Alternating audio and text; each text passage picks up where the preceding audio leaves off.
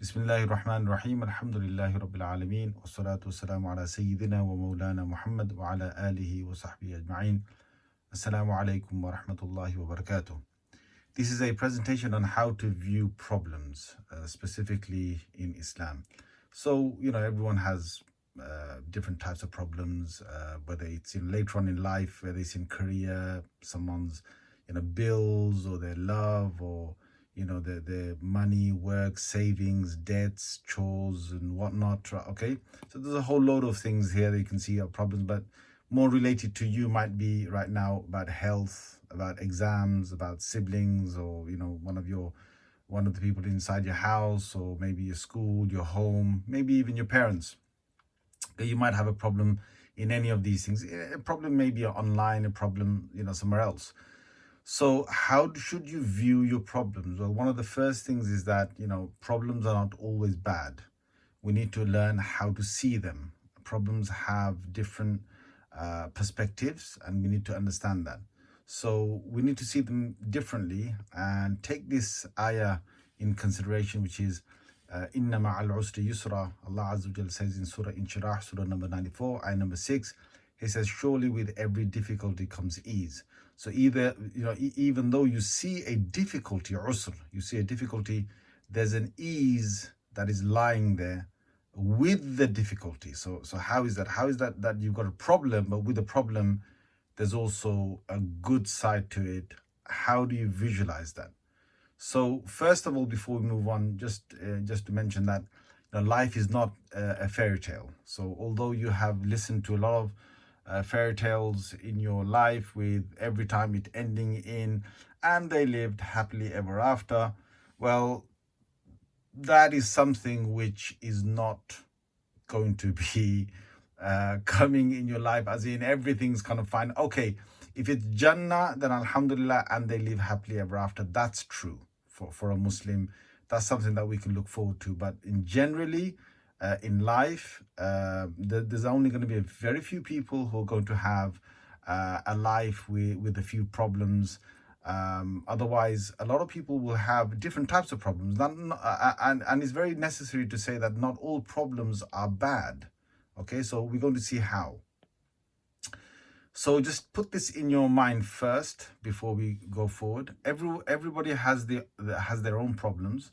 No matter how big you think yours are, there is someone else that has bigger problems or different problems. Okay, there's no one in this world without a problem. Okay, everyone has got problems, but it's how you visualize your problems.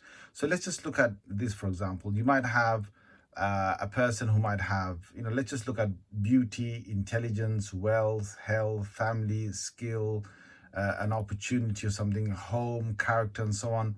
So basically what we're saying here is that, let's say a person is blessed with beauty. The same person, this is person number one, okay? Person number one might be blessed with beauty, but person number one doesn't probably have much of wealth or health or skill or home, a good home or something. They do have family, they do have opportunities in life, they do have a good character, but the biggest thing that they're looking for is intelligence in life. So you've got a beautiful person, but really wanting to become intelligent in life. Person number two, they might have the intelligence, they might have the health, they might have skill and a good home and so on. Not so much of a family, but the biggest problem is that they want wealth, right? So they're focused on trying to get wealth. And you see there's a very nice, smart person there, but just doesn't have wealth. But where you do have wealth and you've got the intelligence, so a person's got the wealth and they've got the intelligence and they've got a family and they've got skill and a home, but they don't have a good character. Okay, so each of these people, look, number four, they've got beauty or beautiful person, they've got health, they've got the family and character, but they don't have a good home. Something's wrong with the home. Some other person, they're looking for beauty, they might have the wealth and health, but you can see how this whole pattern is emerging, that each person will have something. Someone doesn't have good family, or they've got a problem in their family. Somebody has got a problem in having the skill. Somebody has got a problem in finding the right opportunity, although they've got the wealth and the health and so on. and somebody else might have, look at this last person. They've got the beauty, they've got the intelligence, they've got the wealth, they've got family, they've got home, they've got character, they've got everything, right? No, sorry. They haven't got health, right? Their health suffers. They might have something wrong in their body, which a lot of people might not be able to see. And that's another thing that you should bear in mind, that not everything that you see is what's happening. A lot of people might have, a problem that is hidden. Like, who would you know has got a problem with their wealth or intelligence or family or, with their home or whatever, unless you actually live with them, unless you spend time with them. Okay? So just to recap again, that you've got problems, but other people have got problems. And their problems are going to be in different things, okay? And your problems is going to be, uniquely in different things. And you've got to understand, in the end, no two persons will have the exact same problem, okay? So people always have different problems. And Allah Azza wa Jal has said in the Holy Quran, in Surah number 67, Surah Mulk, ayah number 2, He says, أعوذ بالله من الشيطان الرجيم الذي خلق الموت والحياة ليبلوكم أيكم أحسن عملا. Allah Azza wa Jal, He says, the one who created death and life, or life and death, so that He could test you to see who does the best of actions, right? So Allah Azza wa Jal wants to test us in life. He'll give us some things, okay? He'll give us some things. He won't give us other things. And each person will be different, just to see what do you do in the end, okay? Somebody's got to struggle with one thing and somebody else has got to struggle with another thing. And remember this, everyone's test paper is different. We're here on the earth. This whole life is a test paper for us, but everyone's test paper is different. Now, let's look at another ayah of the Quran, which is very interesting. Surah number 21, ayah number 35, Surah Anbiya. Allah says, وَنَبْلُوكُمْ بِالشَّرِّ وَالْخَيْرِ فِتْنَةً. I will test you with shar, which is something bad in your life, and wal khair, something good in your life, as a test. Now, you're going to wonder and you're going to say, well, hang on a minute. I understand having a problem is a bad thing, but how is a good thing going to be a test? How's that? Well, you've got to broaden your understanding, okay? Because let's just say, for example, people want to have wealth. Let's just take this one example of wealth in consideration, okay? So this person wanting to have wealth, and a lot of people on this earth, they just want to have some wealth, and you can see the positive straight away. You got no poverty, you can relax, you can spend and buy what you need, you've got the money to do that. You've got opportunities that will come to you because of that money. You can help others, you can donate, you can have people who like you. But at the same time, you're going to have people who dislike you because you've got the wealth. You're going to have trust issues. Maybe you might not become so religious if you have that wealth. Maybe you might not want to accept the truth because the wealth has made you stubborn or arrogant. Maybe there's thieves that want to take your money, or there's people who are jealous and who want your money, or you become greedy, or you start wasting your money. So you can see from this that although you've got the wealth that you wanted, but the wealth has two sides to it. It's a good thing, it's a blessing, but it's got two sides to it. And you can see, there's positives and there's negatives. And like that, everything more or less will have pros and cons in life. So you've got to broaden your understanding, and you've got to understand that likewise, every problem has got pros and cons. So if you were to look at Yusuf alayhi salam's beauty, he was one of the most handsome men on the earth. But that beauty brought him a new problem, which was that the women wouldn't leave him alone. And he had to run away. And then in the end, he accepted to be imprisoned rather than around those women. You know that story in Surah Yusuf. So his beauty was a beautiful thing, but it brought problems. And you might have beauty, and that could be your test. It's a good thing, but that becomes your test. Let's say intelligence. Abu Jahl was actually a very, who was the arch enemy of the Prophet ﷺ. He was actually a very intelligent person. He was known as Abul Hakam, which was the father of wisdom. But then they called him Abu Jahl, the father of ignorance, because he had so much intelligence, but he never used it in the right way. It caused him to be arrogant against the Prophet ﷺ and against the truth. Musa ﷺ has strength. It was a beautiful thing. He could use that strength in many ways, but once He made an accident with that strength.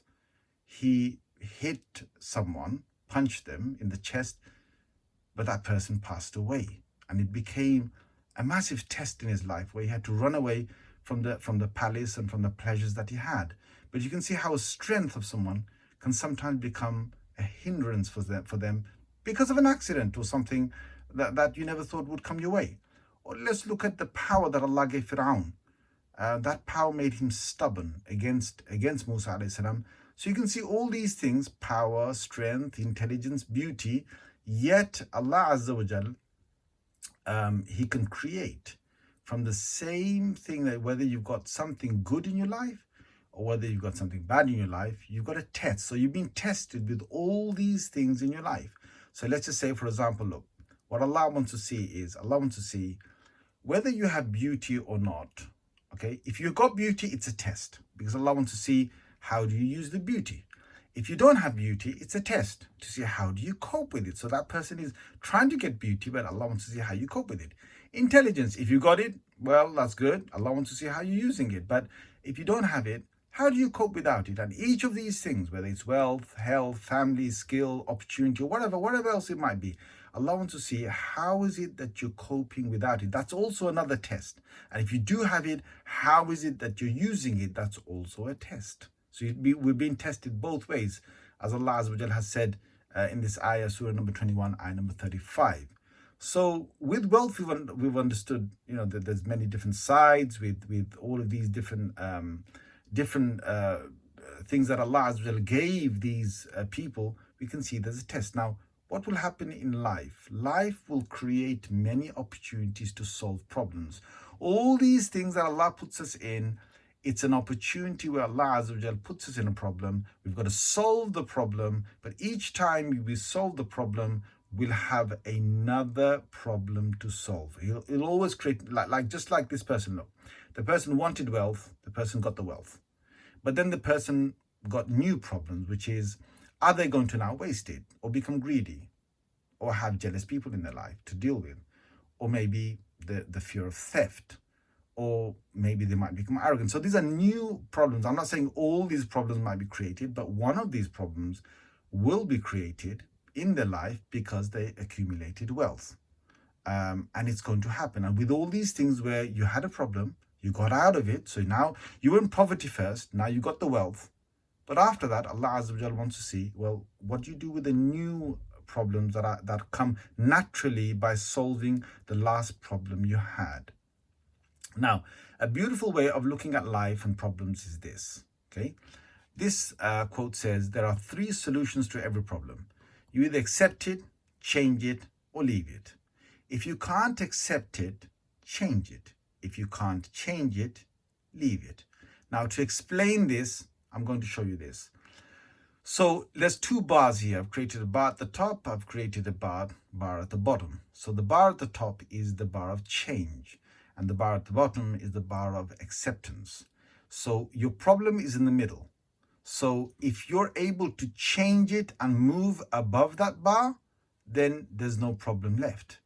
But if you can't move it above that bar, then you should move it below this bar, which is to accept the reality that this problem is. They just accept it. That's fine. I'm not concerned about the problem anymore. Or you just leave it and you've got the problem. Okay, so let's take one of these things in consideration. So let's just take that whole thing about poverty in consideration. So let's say your problem was actually poverty, right? Your problem is poverty. Your problem is lying here. You're trying to make money. If you do make money, then you've changed your situation. You've moved above this bar, and now you're rich. Your problem is gone. That problem of poverty has gone. That rich, now that you're rich, you might end up in a new situation. All right. So now we're going to put richness in the middle of this. And now, you might have a different type of problem because of jealousy or whatever it might be. But just to start off with, if you started off with poverty here, and you changed it by becoming rich, you moved above the bar, you changed it, and alhamdulillah, now you're not in poverty anymore. Or what you do is you accept it. So you move it below, you move your mindset below this bar, and you say, you know what? I accept the fact that I am poor. And I accept it. It's fine. There's nothing wrong with it. The moment you say that, you're out of the problem. Or what you do is, if you keep leaving it in the middle, it may bother you. So one way is to try and change it. If you can't change it, you accept reality. And if you can't accept reality, then you're going to be ending up with that problem. Just leave it, okay? You just leave. If you can't do anything else with it, just leave it as it is. So if you take any of the problems in life that you might have had, okay, let's just move back up. Let's say, for example, you've got a problem with your school, right? So you either will change your school, or the problem within your school, you change it, you change the, you'll go to your headmistress or something and change that problem, or you accept the fact that you've got that problem in your life, you've got the problem in your school. You have to accept it, or you leave it as it is and just move on in life. Each of these things in your, whether it's your home, parents, siblings, whatever it might be, you've got to understand that this equation is something that would help you. So always understand that you must try and reach one of these points.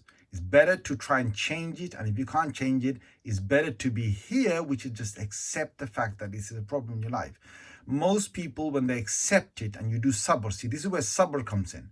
If you accept the problem and you say that I've got the problem, I'm going to accept it as it is, then you've created yourself a position to actually do sabr.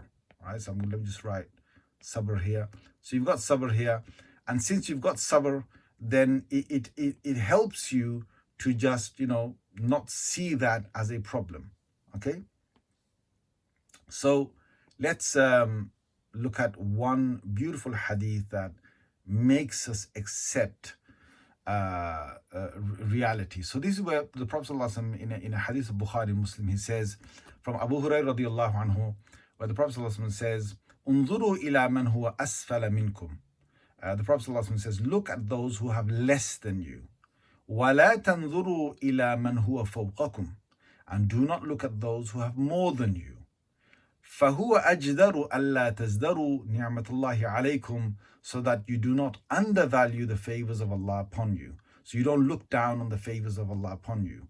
Now look, Allah's given everyone favors. If you start to look at everyone or people who've got more than you in life, that's where the problem is actually lying.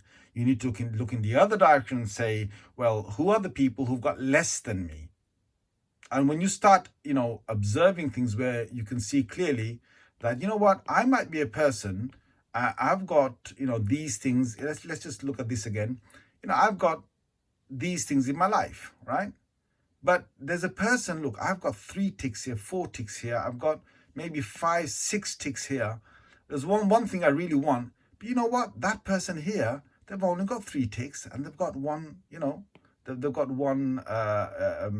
really bad problem with their family. So they've only got 3 big ticks in their family. I've got 5 ticks or 6 ticks in my family, in my life. Sorry. So 6 things that I've got in my life. This person only got 3 things. So always look at those who've got less than you, and then you will be someone who will appreciate what Allah has given you. Okay, and let's look at this ayah, okay, as a reminder of the areas that Allah Azza wa Jalla will test us in this life, because everyone will be tested, whether it's your father, your mother, your grandfather before that, and all people, including Rasulullah Sallallahu Alaihi Wasallam, including all the prophets, including every person, every celebrity out there, every person who's in a wonderful situation that you see out there, they're being tested right now with one of these things. Okay, so Allah Azza wa Jalla says sometimes He will test us with khawf, fear, jur', with hunger,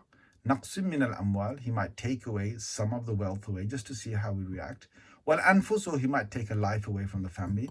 What thamarat, or you're waiting for something to mature, okay, something to be of produce. I know it says thamarat, which is fruits, but it means something which you want to, which you want increasing in your life, but then it doesn't happen. And Allah says, out of all these 5 things, when He tests us, Allah says, وَبَشِّرِ الصَّابِرِينَ, give good news to those who have patience, those who withhold themselves, those who, say, well, you know what, I accept reality. Those who say that, I'm going to bear this for the sake of Allah. Yes, we want to change our problem, like I said to you, earlier. Okay, always remember that we want to change the problem. But if you can't, we accept it, and that's where sabr lies. Okay, that's where patience is. And we're going to, Allah says, give good news to those people who are patient. Those who, once they're afflicted in an affliction, they say, Inna lillahi wa inna ilayhi raji'un. Now, a lot of us say this dua, Inna lillahi wa inna ilayhi raji'un, when we've lost a soul. Okay, that's not the only time to say Inna lillahi wa inna ilayhi raji'un. The time to say this is any time you've got a problem in your life, any type of problem, whether it's fear, hunger, anything, losing something, whatever it might be, some problem in your life. And there's a very beautiful thing about this, which is Inna lillahi means that we belong to Allah. So we're all Allah's anyway. Wa inna ilayhi raji'un, and all of us are going to only return back to Him, which means that all of this is going to get lost anyway. In the end, it doesn't matter whether we had the wealth or the health or anything else. We're going to be returning back to Allah, and then we'll be judged on how we use that health. And all of it's going to return back to Allah anyway. He'll take it all away with our deaths finally. So Allah says, if you have the patience and you accept reality, أُولَٰئِكَ عَلَيْهِمْ صَلَوَاتٌ مِّن رَبِّهِمْ رَحْمَةٌ. Allah says Allah's going to send blessings on those people, so the blessings from their Lord and mercy on those people. وَأُولَٰئِكَ هُمُ الْمُهْتَدُونَ, and they are the ones who are guided. So let's quickly summarize what we've learned here in this lesson. So you will have problems in life, whether it's in any of these areas or any of these areas. You're going to have a problem. Right now, you've got problems in your life. Those problems, don't think they're always bad. Okay, there's always good. That's there's a positive and a negative side to it. Life will come with its fair challenges. Always remember, others have got problems, maybe greater than you. And the areas that you want to solve your problems, remember, everyone's being tested, but everyone's being tested in different ways with things they have, they don't have. Life's all about a test, whether it's good or something good you've received or something bad you've received in life. It's going to still be a test. Once you come out, once you get what you wanted in life, it's going to come with new challenges in life. All right. So though you've got some positives with one thing, you've always got negatives. So everything's got pros and cons.